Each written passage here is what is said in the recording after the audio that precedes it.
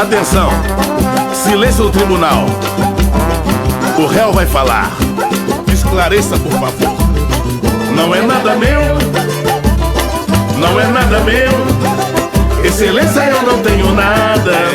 Isso é tudo de amigos meus.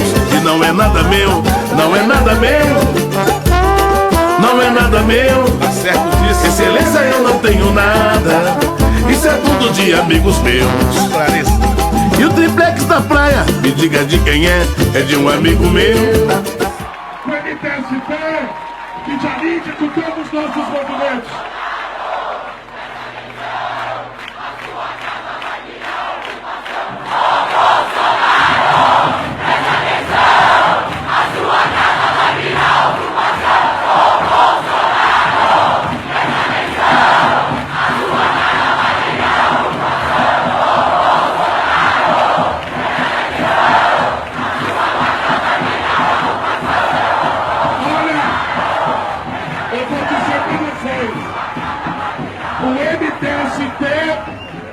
Ocupa terreno improdutivo.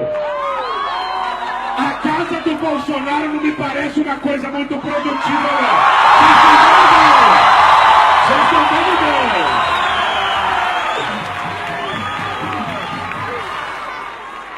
Se fosse mesmo um mediador de conflitos, Guilherme Boulos seria péssimo.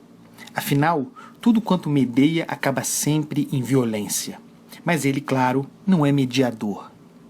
No que Boulos verdadeiramente é, no que de fato faz, no seu verdadeiro campo de atuação, porém, é o melhor: profissional. E o que Guilherme Boulos é? Ora, o que é quem explora a pobreza? O que é quem se faz defensor e porta-voz dos pobres apenas para que lhes sirvam de escada para seu projeto político? O que é quem exerce poder à custa de miséria alheia?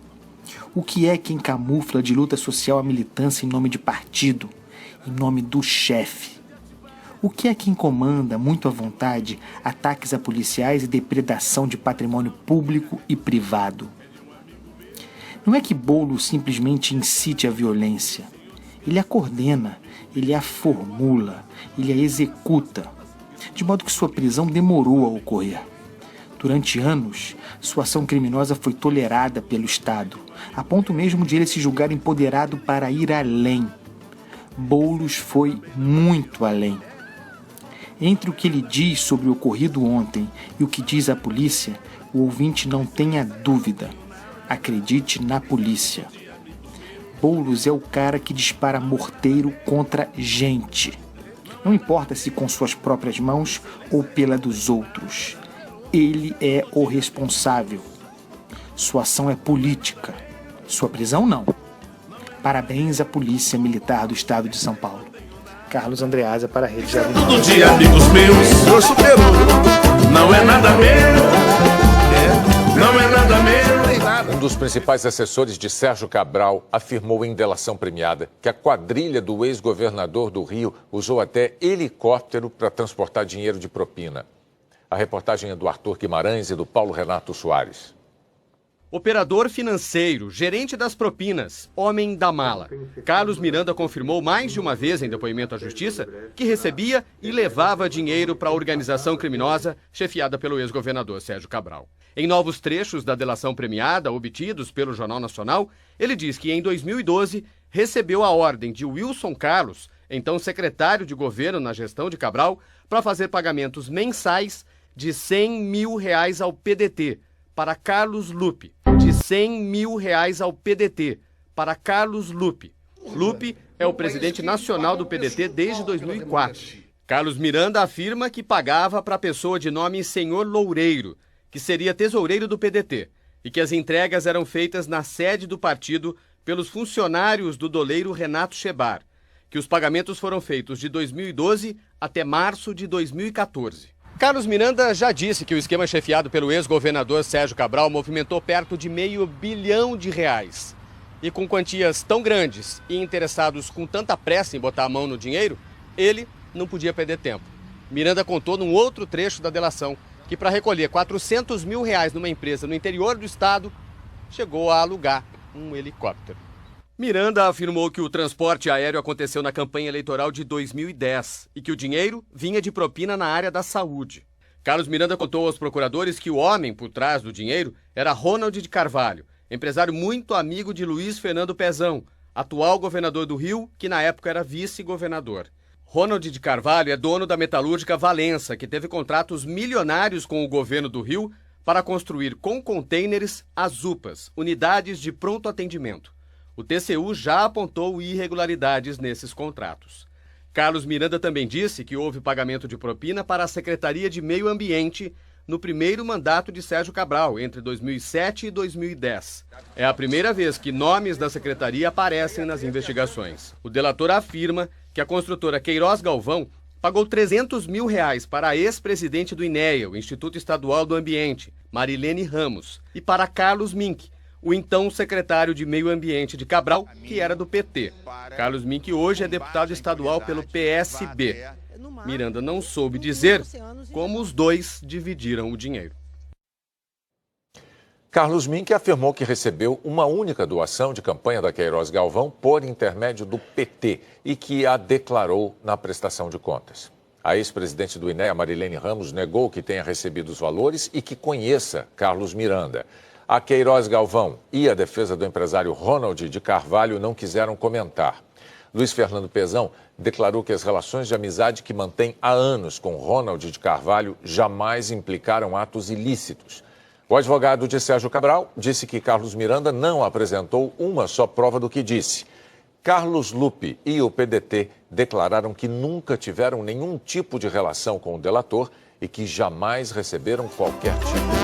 Não é nada meu, não é nada meu. A revista Veja desta semana traz uma denúncia grave de corrupção envolvendo o governador Cid Gomes e o irmão dele, deputado federal Ciro Gomes. Segundo a publicação, documentos da Polícia Federal envolvem os dois em um esquema de corrupção que desviou R$300 milhões das prefeituras do estado entre 2003 e 2009. As ilegalidades teriam sido descobertas casualmente pela PF durante a investigação de fraudes envolvendo o empresário Raimundo Moraes Filho e foram batizadas de Integração Cearense, uma alusão ao Ministério da Integração Nacional, onde Ciro foi ministro de 2003 a 2006, no primeiro mandato do presidente Lula. De acordo com a revista, licitações favoreciam sistematicamente as empresas de Moraes, que se apropriava de 4% do valor do contrato e entregava o restante ao deputado estadual Zezinho Albuquerque, do PSB, principal articulador político de Cid na Assembleia Cearense. Na etapa seguinte, esse dinheiro seria repassado a prefeituras que pagariam pelas obras uma quantia inferior à prevista nos contratos. Segundo a documentação apreendida pela PF, a quantia excedente teria financiado na campanha de 2006 as candidaturas de Cid Gomes a governador e de Ciro a deputado. Aquela ilha que o senhor descansa é de um amigo meu. Maravilha. Quem paga suas contas e suas mordomias são os amigos meus. E aquele jatinho que o senhor usa. A Justiça Eleitoral condenou o ex-prefeito de São Paulo, Fernando Haddad, do PT, a 4 anos e 6 meses de prisão em regime semiaberto, mais multa pelo crime de Caixa 2. Ainda cabe recurso. Segundo o juiz Francisco Chintate, da primeira zona eleitoral da capital paulista, Haddad recebeu R$2 milhões e 6 mil da UTC Engenharia na campanha eleitoral de 2012, quando foi eleito. A defesa de Haddad disse que vai recorrer da decisão, pois testemunhas e documentos comprovam que os gastos declarados foram apresentados.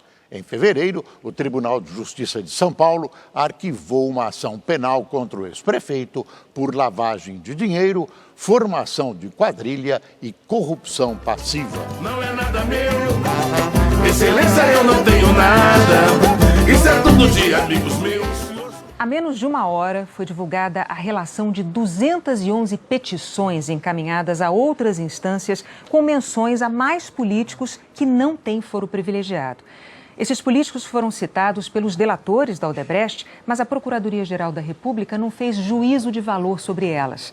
São as instâncias inferiores que vão decidir se as citações merecem ser investigadas, juntadas a alguma investigação já em curso ou simplesmente arquivadas por falta de provas. Até o momento, o Supremo Tribunal Federal não divulgou o relatório com essas citações, o que pode ser feito nas próximas horas ou amanhã. O que foi divulgado foi a lista de nomes mencionados nas petições. Amanhã e nos próximos dias, o Jornal Nacional vai detalhar a situação desses nomes. O governador do Espírito Santo, Paulo Artung, do PMDB. O governador de São Paulo, Geraldo Alckmin, do PSDB. O governador do Paraná, Beto Richa, do PSDB. O governador de Minas Gerais, Fernando Pimentel, do PT. O governador do Maranhão, Flávio Dino, do PCdoB. O governador do Maranhão, Flávio Dino, do PCdoB. O governador de Goiás, Marconi Perillo, do PSDB. O governador do Rio, Luiz Fernando Pezão, do PMDB. O governador de Santa Catarina, Raimundo Colombo, do PSD. O governador de Tocantins, Marcelo Miranda, do PMDB. Excelência, eu não tenho nada. Isso é tudo de amigos meus. Não é nada meu. Não é nada meu.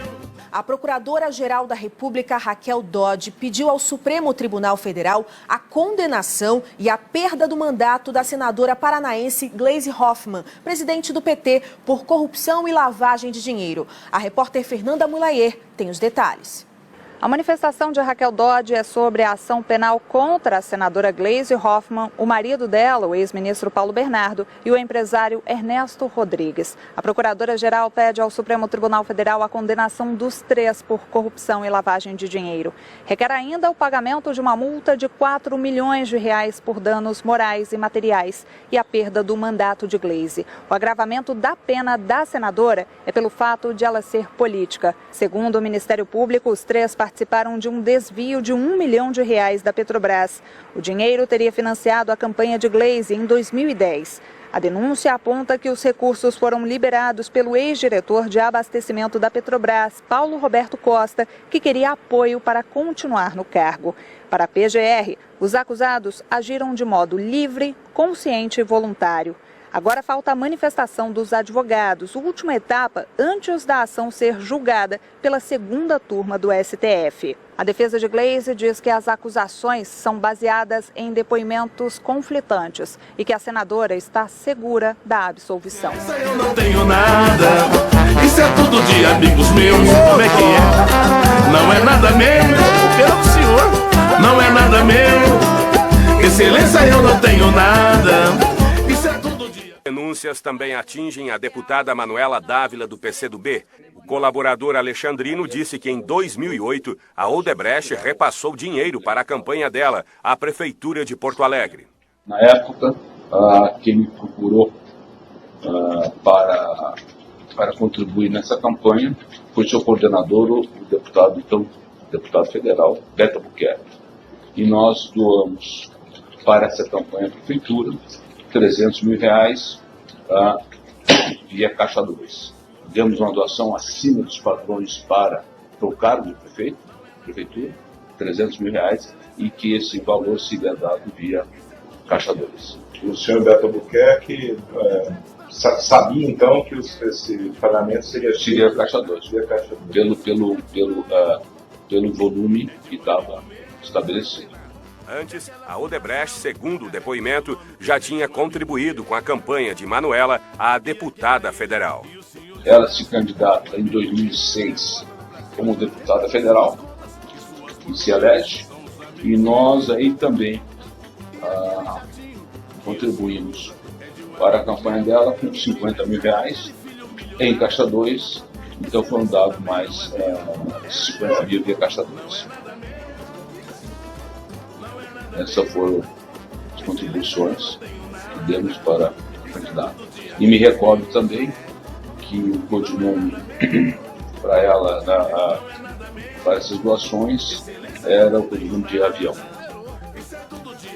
Nós procuramos os investigados que não nos deram entrevista, mas que foram citados nessa reportagem pelos delatores, para ver se eles gostariam de fazer uma nova manifestação, mas eles não disseram.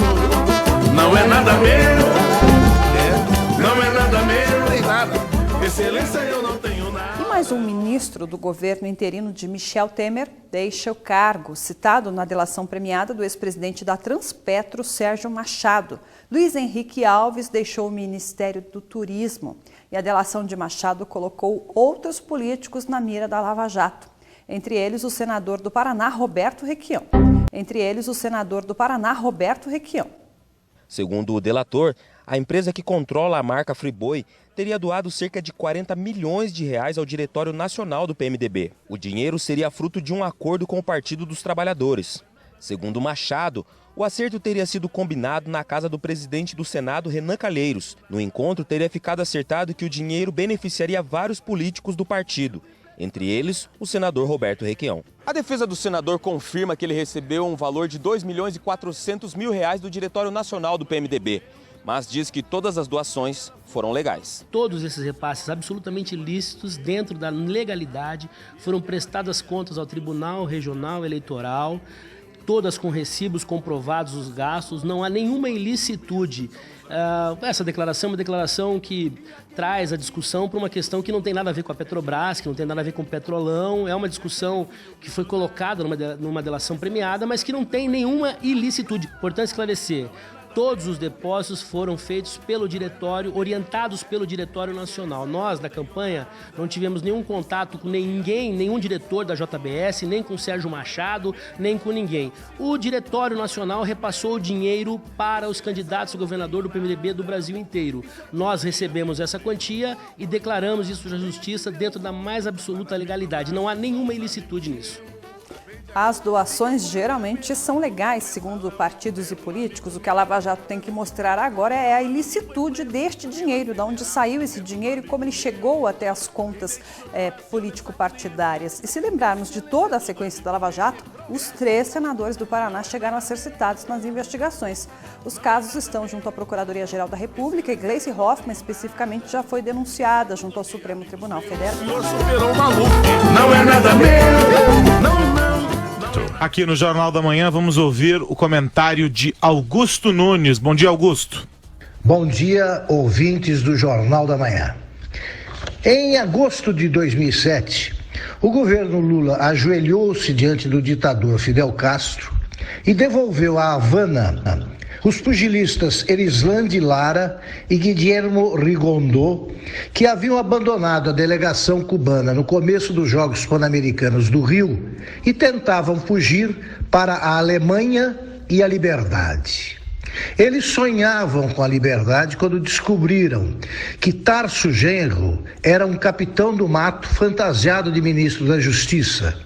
Capturados no interior do Rio pela Polícia Federal, foram deportados para a Ilha Presídio a bordo de um avião militar cedido alegremente pelo venezuelano Hugo Chávez.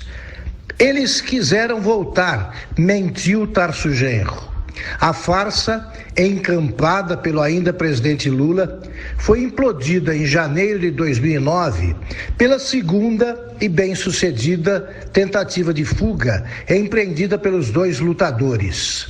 Longe do pesadelo, Erislandy e Rigondó narraram minuciosamente a trama repulsiva forjada pelos vassalos de Fidel Castro.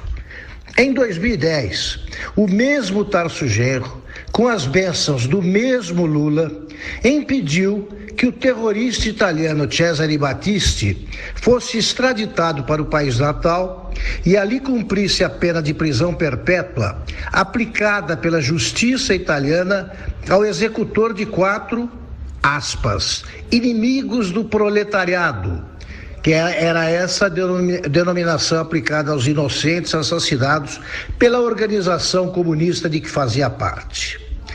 O brasileiro benfeitor de criminosos companheiros assassinou a verdade histórica ao qualificar de, aspas, período ditatorial, fecha aspas, a Itália democrática dos anos 70.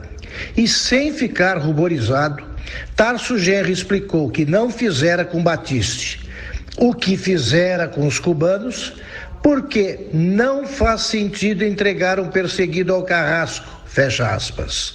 Esse período infeliz da nossa história foi corrigido pela metade. Rigondó e Erislandy vivem em liberdade. É hora de completar o serviço com a extradição do assassino Cesare Battisti. Não é nada meu, excelência, eu não tenho nada.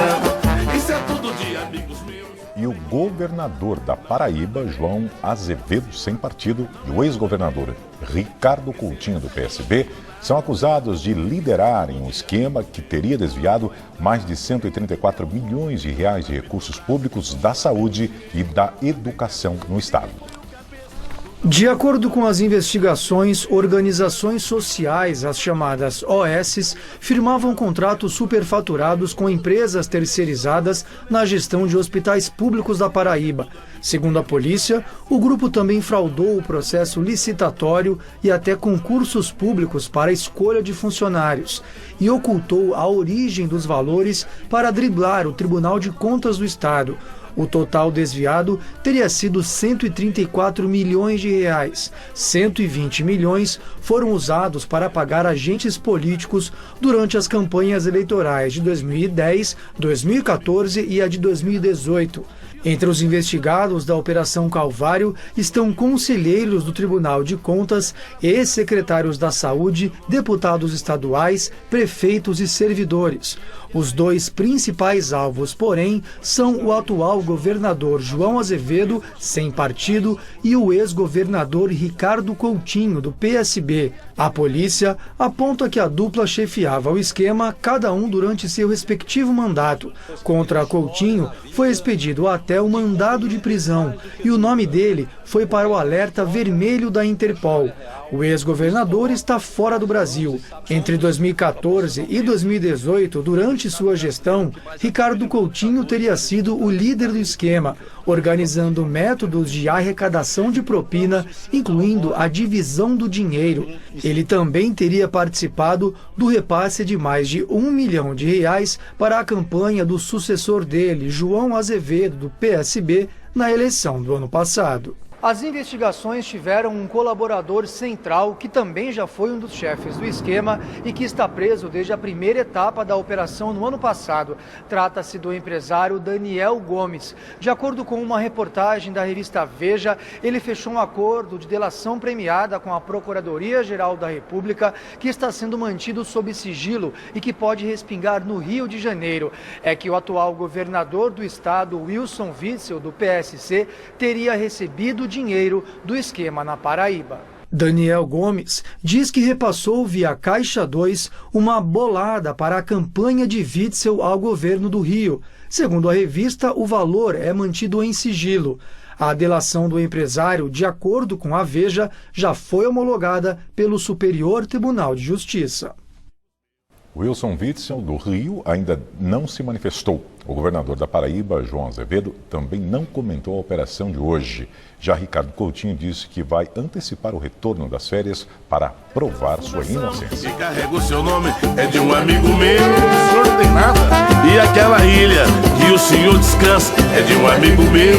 Maravilha. Quem paga suas contas e suas mordomias são os amigos meus. E aquele jatinho que o senhor usa é de um amigo meu.